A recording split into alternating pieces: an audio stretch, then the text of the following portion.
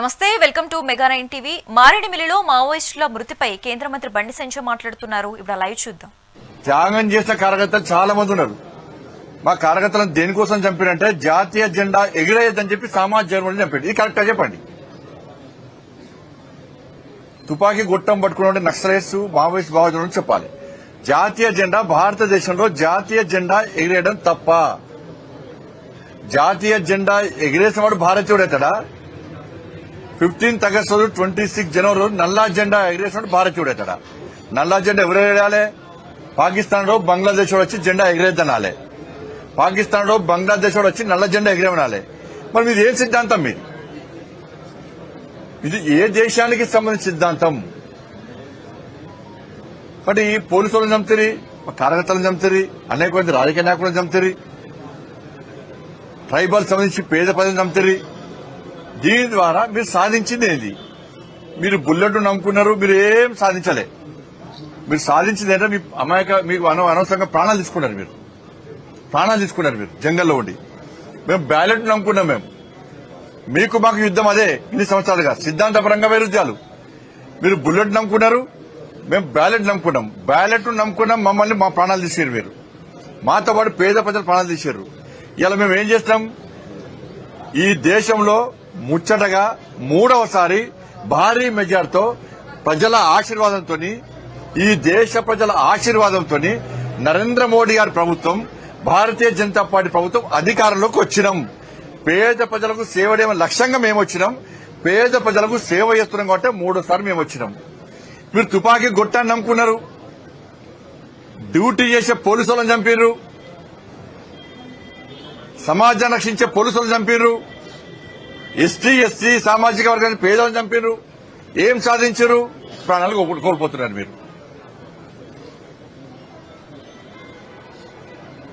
ఇవాళ దేశంలో ఉన్నది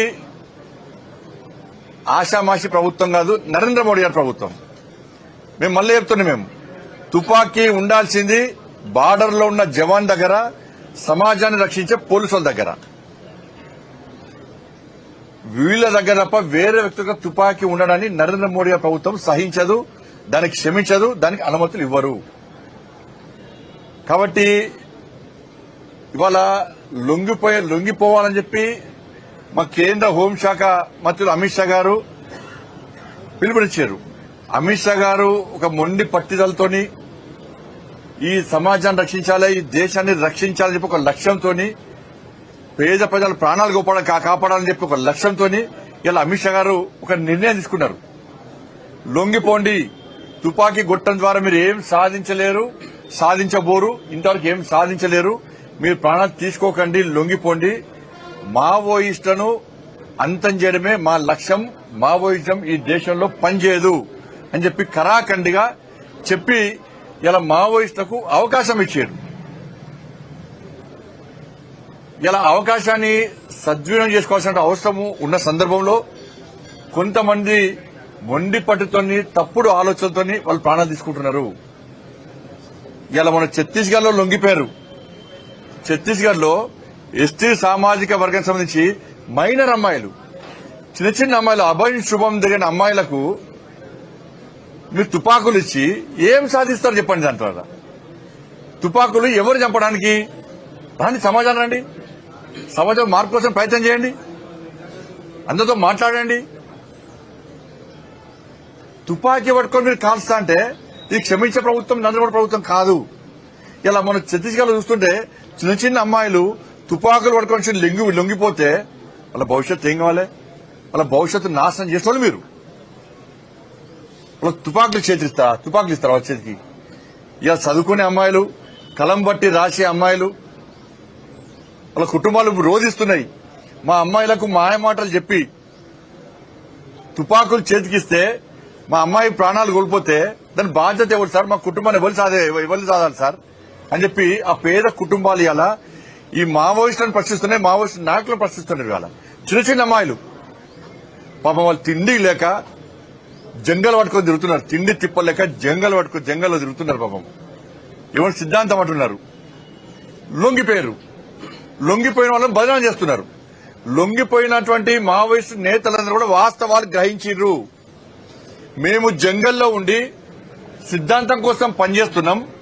మా ప్రాణాలను పణంగా పెట్టి సిద్ధాంతం కోసం పనిచేస్తున్నాం. అనేక మంది ఇవాళ ఎన్కౌంటర్లో చనిపోతున్నారు. మా అన్ని పేద కుటుంబాలు, మా కుటుంబాలను దూరం పెట్టినాం. మా కుటుంబాలను దూరం పెట్టి మేము సిద్ధాంతం కోసం పనిచేస్తున్నాం. ఇవాళ లాస్ట్కు లొంగిపోయే పరిస్థితికి వచ్చిందంటే ఆలోచించండి. అలా మీ సిద్ధాంతం ప్రజలు నమ్మతలేరు. ఇవాళ మళ్లీ అప్పీల్ చేస్తున్నా, అందరు లొంగిపోండి. ఇంకా 4 నెలలు మాత్రమే మీకు సమయం ఉంది. 4 నెలలు మాత్రమే సమయం ఉంది. అమిత్ షా గారి యొక్క లక్ష్యం 2026 మార్చ్ మావోయిస్టులను అంతం చేయడమే లక్ష్యం. అమిత్ షా గారు ఒక మాట అంటే మాట నిలబెట్టుకునేటువంటి వ్యక్తి. మీకు అవకాశం ఇంకా 4 నెలలు ఉంది. ఇవాళ హిడ్మా ఇవాళ పెద్ద నాయకుడు, మావోయిస్ట్ సంబంధించి జాతీయ స్థాయి నాయకుడు ఏం సాధించాడు చెప్పాలి. ఏం సాధించిండు? ఇవాళ నువ్వు చనిపోతే ఆయన చనిపోయిన, భార్య చనిపోయాయి. ఇలా అర్బన్ నక్సల్స్ మాయలో పడి జంగల్లో ఉన్న నక్సలైట్స్ మీరు మోసపోకండి, మీ ప్రాణాలు తీసుకోకండి. అర్బన్ నక్సల్స్ అనే వ్యక్తులు ఏసీ రూమ్ లో ఉంటారు. వాళ్ళ కుటుంబాలు మంచిగా ఉంటాయి. అర్బన్ నక్సల్స్ కుటుంబాలు మంచిగా ఉంటాయి. ఏ ప్రభుత్వం వస్తే ఆ ప్రభుత్వాన్ని కొమ్ము కాసి పైరవులు చేసుకుంటారు. వాళ్ళు మావోయిస్టు సిద్ధాంతాల గురించి వాళ్ళు మాట్లాడతలేరు. వాళ్ళకి ఏ ప్రభుత్వం వస్తే ఆ ప్రభుత్వాన్ని కొమ్ము కాస్తారు. ఆస్తులు సంపాదించుకుంటారు. వాళ్ళు పైరవులు చేస్తున్నారు. వాళ్ళు ఏసీ రూమ్ లో ఉంటున్నారు, కార్లలో తిరుగుతున్నారు. మరి మీరు జంగల్ తిరుగుతా మీకు ఏమొచ్చింది? ప్రాణాలు కోల్పోతున్నారు. దేనికోసం పనిచేస్తున్నారు మీరు ఇవాళ? మరి అర్బన్ నక్సల్స్ మాట విని మీరు మోసపోకండి.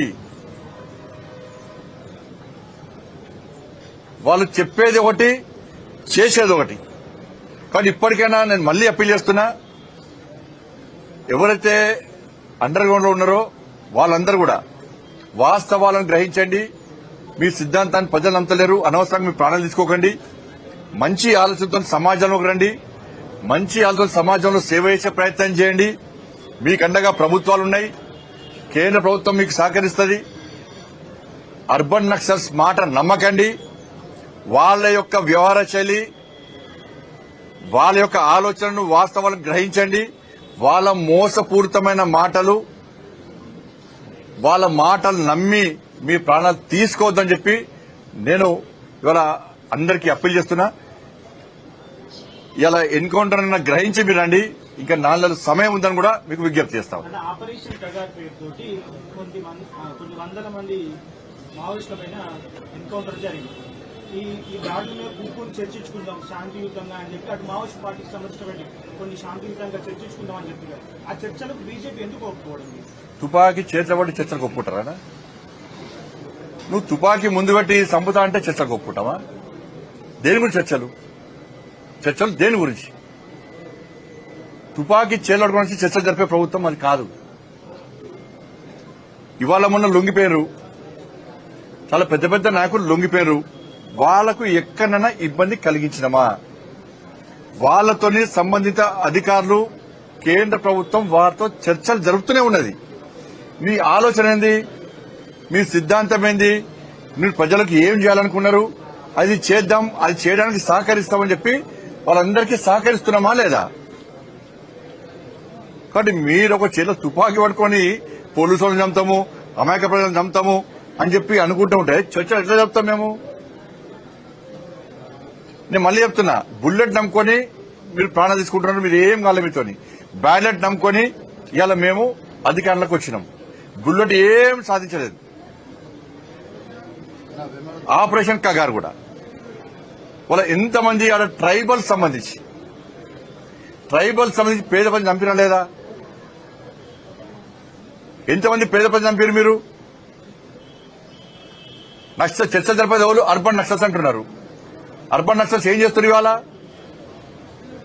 ఒక అర్బన్ నక్సల్స్ కుటుంబ చరిత్ర చూడండి. వాళ్ళ మాయమంటలు నమ్మి పాపం జంగల్లో పేదలు, పేద చిన్న చిన్న పిల్లలు, మీరు ఆ వీడియో చూడండి.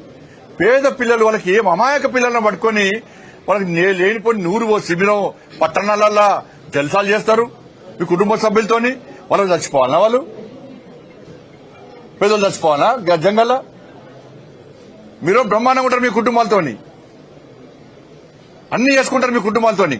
కానీ జంగల్లో మాత్రం నక్సలైట్స్ మావోయిస్టుల పేరుతో సిద్ధాంతం పేరుతోని పేద యువతి యువకులను మోసం చేసి వాళ్ళని చంపుతారా మీరు? వాళ్ళు చావు కారకులు. పేద ప్రజల మావోయిస్టుల పేరుతోని జంగల్లో ఉన్న పేద యువతి యువకుల చావులకు కారకులు అర్బన్ నక్సల్సే. నేను మళ్ళీ